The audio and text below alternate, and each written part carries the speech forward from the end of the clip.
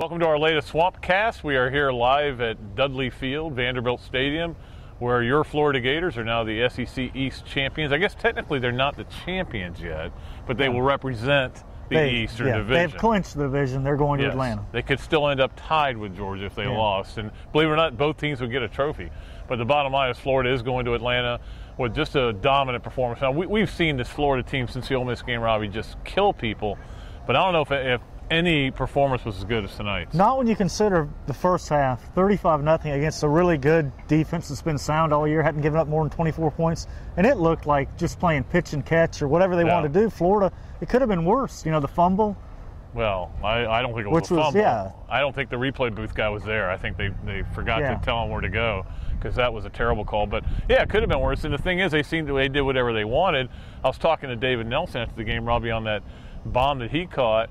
He said that all the Vandy defenders are going, watch the bubble screen, watch the bubble screen. And he just ran right by him. He did. He was so open. Yeah, I mean, ridiculous. I think, Dan Mullins really called some really good games. And, the little Riley Cooper pass, wide open. Yeah. Lewis Murphy, wide open.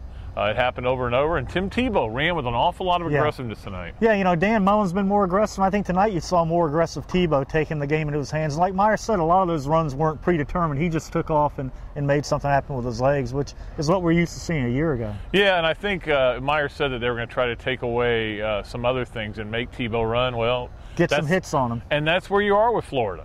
Pick your poison. Somebody, nobody's really been able to shut him down yet. I mean, even in the Ole Miss game, they scored 30. Oh, yeah. Right? They'd scored 31. Missed extra point in overtime, and who knows? Yeah. So, I mean, Florida came up here and not just took care of business, but did it in a dominant fashion. And I'll tell you, I was kind of like Florida-Georgia game cut in half because the stadium's about half the size, but it was about as many Florida fans, and people were leaving. Yeah. Again, they've emptied an awful lot of stadiums, and I wrote this in my column, Robbie.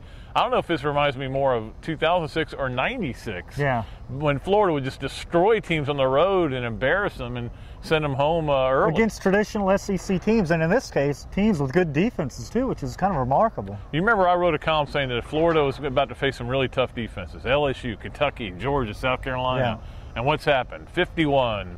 What was it? 63. 49. 49. 42. 42, which should have been a lot more. It could have been a lot worse. They could have picked their score in this. Yeah, and Florida had one possession in the third quarter and drove for a touchdown, and that was it for Tebow. So Gators get it done. They'll be going to Atlanta. You can go ahead and book your rooms right now. I had already booked mine because I had faith. Those who have booked are in good shape now. Yes, that's right. Actually, I didn't have faith I was going no matter what. So that's it'll be fun going back to Atlanta.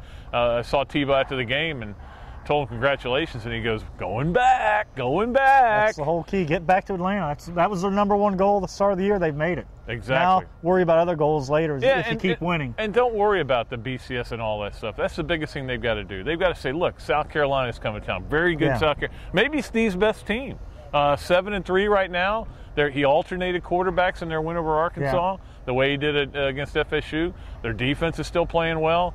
That's going to be a tough game. Yeah. Although every time I say that, they win 55-6. Yeah, I know. And like Coach Meyer said tonight after the game, he goes, you can't ignore the BCS now. Yeah. The talk is out there. They're going to address that at a State of the Union meeting on Sunday night before practice, Sunday afternoon. So, it's something they're going to talk about, but they did that in 2006 too and handled it real well. So. Yeah, it's out there, and we'll talk about that maybe a little bit more next week, but it's certainly there for Florida. If they win out, it's going to be hard to keep them out of that title game with Penn State losing today.